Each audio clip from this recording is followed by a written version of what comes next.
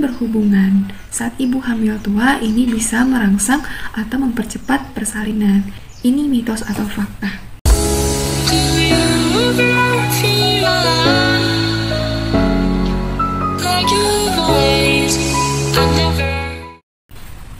Halo, assalamualaikum, selamat datang kembali di channel Bunda Nisa. Di video kali ini kita akan bahas mengenai mitos seputar persalinan. Tonton terus sampai akhir video ya. Di video sebelumnya saya sudah bahas mitos seputar kehamilan. Kali ini saya akan bahas mitos seputar persalinan. Mitos sendiri sudah saya jelaskan di video sebelumnya, adalah suatu percayaan yang masih dianut oleh masyarakat. Kita buktikan apakah ini terbukti fakta secara medis. Kita masuk ke mitos yang pertama. Katanya kalau bayinya saat lahir terbelit oleh ari-ari atau kita biasa bilang plasenta, itu katanya ibunya dulunya saat hamil suka melat-melit kerudung atau mungkin suka menyampirkan anduk di leher. Hal ini mitos karena tidak terbukti keterkaitan antara aktivitas ibu dengan aktivitas janin.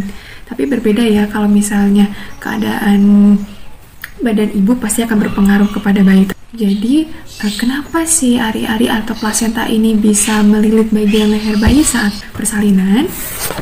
Itu dikarenakan bisa keadaan tali pusat yang panjang atau keaktifan si bayi saat dia masuk ke bagian panggul. Di situ posisinya ari-arinya sudah membelit leher, dan ini juga bisa dideteksi saat ibu melakukan pemeriksaan USG.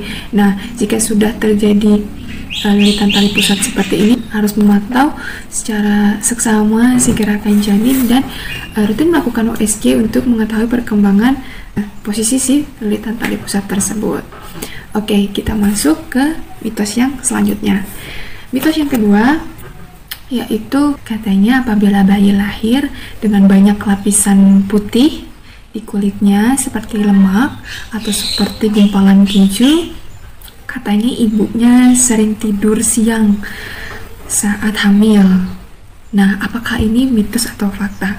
Jadi, lapisan putih yang tebal di atas kulit bayi ini, istilah medisnya biasanya kita sebut dengan vernix caseosa.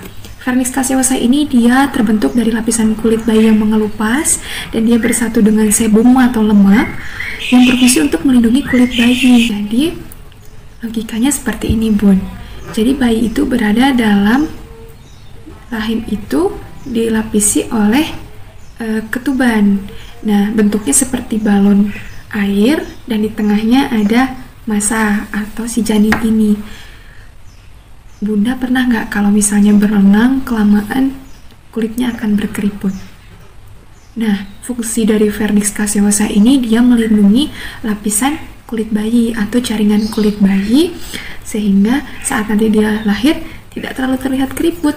Karena fungsi dari vernix caseosa ini selain menjaga suhu tubuh janin, dia juga melindungi bagian jaringan kulit janin. Dan fungsinya vernix caseosa ini atau lapisan putih tadi, dia menjaga suhu tubuh janin tetap stabil di dalam kantung air ketuban tadi. Nah, selain itu, fungsi vernix caseosa ini dia juga bisa melindungi kulit bayi saat proses persalinan. Jadi diharapkan tidak terlalu banyak terjadi gesekan antara kulit bayi dengan jalan lahir bunda. Dan fungsinya vernix caseosa ini saat bayi sudah lahir, jadi dia bisa menjaga kestabilan suhu tubuh janin untuk menghadapi suhu lingkungan. Nah, ada anjuran sendiri kalau misalnya bayi setelah lahir tidak boleh langsung dimandikan saat ini. Biasanya harus menunggu 6 jam. Nah, fungsi vernix caseosa ini dia juga membantu untuk bayi beradaptasi dengan suhu lingkungan. Jadi vernix caseosa ini penting, Bunda. Jadi saat lahir tidak usah terlalu langsung dibersihkan karena dia bisa menjaga kestabilan suhu dari si tubuh bayi. Dan biasanya banyaknya lapisan putih ini dia juga bergantung dengan usia kehamilan ibu. Biasanya untuk bayi-bayi yang lahir prematur, dia vernix caseosanya tidak terlalu tebal atau tidak banyak, sehingga biasanya untuk bayi-bayi prematur itu lahir dengan kulit yang keriput, berbeda dengan bayi yang lahir cukup bulan. Jadi seperti itu ya Bunda. Jadi jelas ini mitos. Oke, kita masuk ke mitos yang ketiga. Katanya apabila bayinya lahir dengan kelainan bawaan berupa bibir sumbing, itu waktu ibunya hamil, si bapaknya mancing nggak pernah diajak bayinya. Nah, ini mitos atau fakta? Oke, kita tahu sendiri bahwa bibir sumbing adalah suatu kelainan bawaan, dan ini biasanya dia terjadi kegagalan pembentukan pada trimester pertama. Penyebabnya biasanya kekurangan asam folat karena hiperemesis gravidarum atau mual muntah yang parah sehingga nutrisi ibunya tidak bagus, yang menyebabkan kekurangan gizi yang mempengaruhi pembentukan saat di trimester pertama. Atau memang kelainan genetik bawaan baik itu dari ayah ataupun dari ibu. Nah, itu bisa terjadi. Kelainan ini bisa dideteksi sejak awal apabila menggunakan USG 3 dimensi. Biasanya dia biasanya di bawah 20 minggu dia sudah terdeteksi bahwa memiliki kelainan bibir sumbing. Tapi untuk USG 2 dimensi biasanya dia ketahuannya di atas usia 20 minggu atau di atas 5 bulan baru terdeteksi adanya bibir sumbing. Namun biasanya pengobatannya atau penanganannya baru bisa dilakukan setelah bayi lahir, tergantung derajat dari bibir sumbingnya. Jadi bunda, ini bukan faktor karena ayah atau ibunya saat mancing bayinya nggak diajak ya.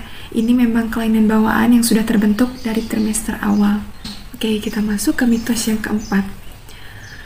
Katanya supaya ibu cepat bersalin, ibu harus sering berhubungan dengan suami. Ini mitos atau fakta?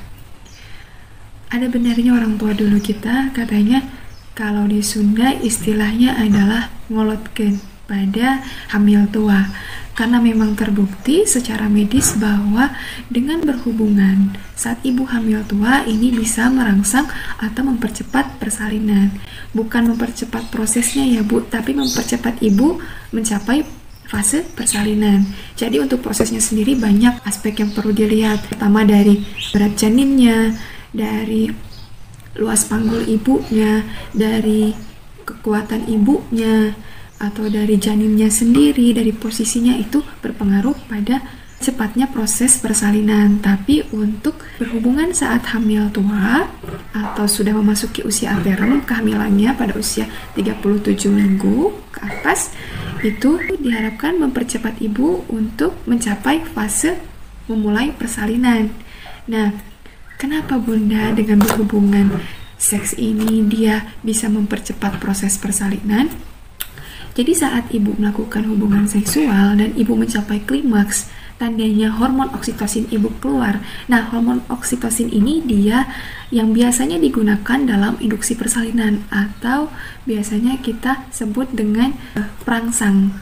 Selain itu, si sperma yang masuk ke dalam jalan lahir atau saat berhubungan dan sperma dikeluarkan di dalam, ini bisa merangsang melunakan jaringan di mulut rahim sehingga akan memudahkan nanti dalam pembukaan. Jadi memang hubungan seks ini dilakukan saat hamil tua, namun perlu diperhatikan juga.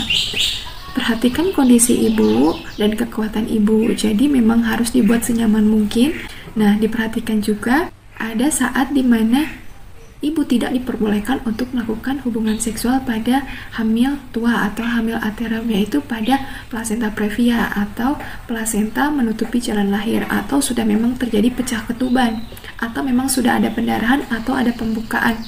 Nah, ini ditakutkan apabila sudah terjadi pembukaan atau di mana jalan lahir sudah ada jarak untuk memungkinkan bakteri masuk, ditakutkan akan terjadi infeksi, atau mungkin saat terjadi pembukaan ketuban menonjol saat ibu melakukan hubungan seks bisa pecah sebelum waktunya. Nah, itu tadi bunda yang harus diperhatikan apabila berhubungan seks pada usia hamil tua atau hamil aterum. Jadi untuk mitos yang keempat ini dia memang terbukti secara medis dengan berhubungan seks dan mengeluarkan sperma di dalam dapat mempercepat waktu ibu mencapai fase persalinan. Itu dia tadi bunda keempat mitos. Apabila di daerah bunda masih ada mitos-mitos lain atau mungkin dengan istilah-istilah lain, bunda bisa share di bawah atau bisa komen di bawah. Nanti kita bahas di part-part yang selanjutnya. Oke, sekian dari saya. Mudah-mudahan menjawab pertanyaan bunda.